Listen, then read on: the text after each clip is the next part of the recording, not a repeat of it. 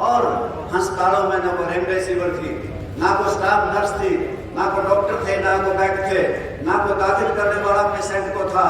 परंतु हरियाणा प्रदेश की सरकार शराब बेच रही थी, शराब घोटाला कर रही थी, उसी प्रकार से रजिस्ट्री घोटाला कर रही थी और इसी प्रकार से धान घोटाला कर रही थी। साथियों, खनन घोटाला हो रहा था, सहकारिता विभाग का घोटाला हो रहा था, पेपर लीक हो रहे थे। हरियाणा प्रदेश में किस प्रकार से बेदर्दी से लूट रहे थे। और साथियों, केवल हरियाणा प्रदेश ही नहीं, जो लोग कहते हैं बड़े साफ और पाक हैं, आज आपके सामने देश की सरकार भारतीय जनता पार्टी का चरित्र सामने आ गया। ईडी, सीबीआई और इनकम टैक्स का दुरुपयोग करके किस प्रकार से बड़ी बड़ी कंपनियों को दोहन का काम किया कि बड़ी बड़ी कंपनियों से पहले डर दिखा के चंदा वसूला गया, जिसको चुनावी चंदा कहा गया, इलेक्ट्रल बॉन्ड कहा गया।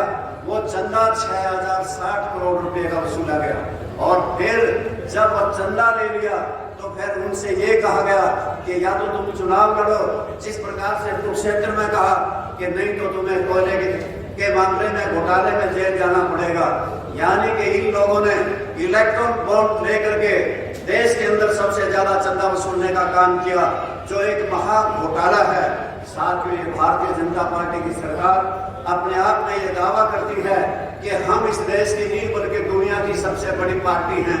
साथियों, मैंने माना कि ये दुनिया की सबसे बड़ी पार्टी होंगे, परंतु 10 लोकसभा की सीटें हैं हरियाणा प्रदेश में, 10 में कोई नेता नहीं, कोई कार्यकर्ता नहीं, कांग्रेस के 6 लेकर के इन्होंने अपने उम्मीदवार बनाए हैं। कई भाई कहते हैं कि कांग्रेस की सूची तो नहीं आई। मैंने कहा कि भारतीय जनता पार्टी की सूची में कौन है? आप 10 में से देखोगे 6 तो कांग्रेस के लिए गए हैं। और कैसा मुख्यमंत्री हरियाणा प्रदेश को दिया था, मनहूस मुख्यमंत्री जो मनोहर लाल खट्टर जी थे।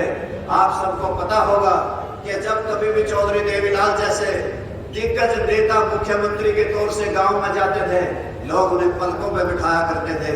चौधरी ओम प्रकाश चौटाला ने भी सरकार के द्वार लगा करके किस प्रकार से नई मिसाल कायम करने का काम किया था। आज का मुख्यमंत्री भूतपूर्व हो गया, जो गया था कैमला गांव में, गया हेलीकॉप्टर लेकर के, किसानों ने, मजदूरों ने, खेती और लोगों ने डंडे उठा लिए, लठ उठा लिए और रोड़े और पत्थर इकट्ठे कर लिए। कहने लगे जब हेलीकॉप्टर नीचे उतरेगा तो इसके हेलीकॉप्टरों का स्वागत किया जाएगा।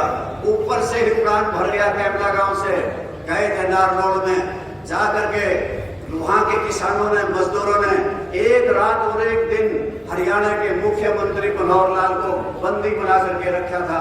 और आज ये कहता है कि मुझे जेट सिक्योरिटी दी जाए क्योंकि मुझे किसानों से डर लगता है, क्योंकि मैंने किसानों को अनाप शनाप उनके चले पे नमक छिड़का हुआ है। तो जेट सिक्योरिटी लेने के लिए भी इस अन्नदाता से आज इनको डर लगता है। साथियों, मैं इसलिए कह रहा था कि भारतीय जनता पार्टी एक ऐसी पार्टी जो अपने आप को कहती है कि हमने हरियाणा हिंदुस्तान का नक्शा बदल दिया।